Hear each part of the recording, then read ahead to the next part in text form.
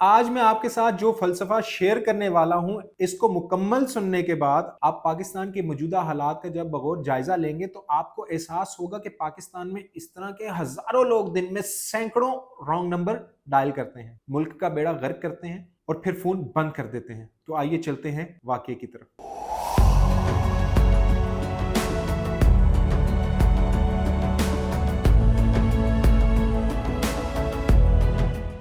अस्सलाम वालेकुम व्यूअर्स, मैं मोहम्मद उमैर आपको आपके अपने चैनल शोरे ज़ात पर खुश आमदीद कहता हूँ। व्यूअर्स, ये फलसफा हरियाणा के एक रईस ने इजाद किया और आप अगर जरा सी तवज्जो दें तो आपको ये फलसफा अपने इर्द गिर्द चलता फिरता दिखाई देगा। ये रईस कारोबार के सिलसिले में लंदन गया, वहां से इसने अपने घर फोन किया। फोन इसके नौकर ने उठाया। साहब ने पूछा, बेगम साहिबा कहाँ है? नौकर ने जवाब दिया, वो साहब के साथ अपने रूम में है। साहब को तो जैसे आग ही लग गई और उसने नौकर से कहा, साहब तो मैं हूं और मैं इस वक्त लंदन में हूं।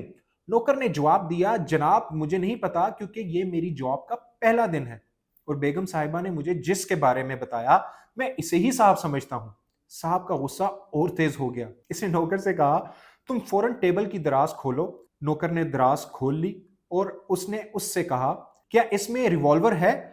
नौकर ने जवाब दिया, सर दराज में कारबीन पड़ी है। साहब ने नौकर को हुक्म दिया, तुम ये कारबीन उठाओ, बेडरूम का दरवाजा खोलो और जाली साहब को गोली मार दो। नौकर ने घबरा कर जवाब दिया, जनाब यूं तो मैं फंस जाऊंगा।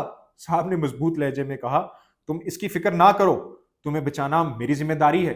मैं तुम्हें काम मुकम्मल होने के बाद 20 लाख रुपए भी दूंगा। नौकर ने फोन होल्ड करवाया, कारबिन लोड की, बेगम साहिबा का दरवाजा खटखटाया, दरवाजा खुला और नौकर ने साहब को गोली मार दी। साहब ने फोन पर गोली चलने और बीवी के चिल्लाने की आवाज सुनी और खुश हो गया।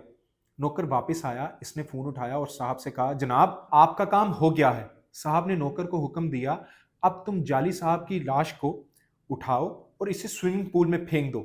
नौकर ने चंद लम्हे सोचा और इसके बाद अर्ज किया, लेकिन जनाब घर में तो कोई स्विमिंग पूल नहीं। साहब ने हैरान होकर पूछा, खोते तुम क्या कह रहे हो? क्या घर के पीछे स्विमिंग पूल नहीं है? नौकर ने कहा, जनाब पूरे घर में कोई स्विमिंग पूल नहीं है। साहब ने चंद लम्हे सोचकर फोन नंबर दोहराया और पूछा, क्या तुम्हारा फोन नंबर ये है?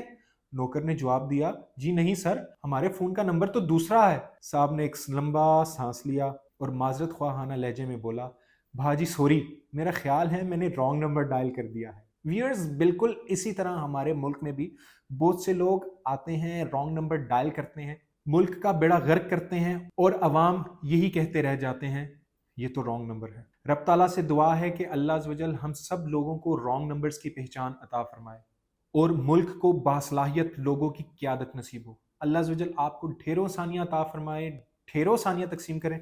अल्लाह आपका हामी नासर।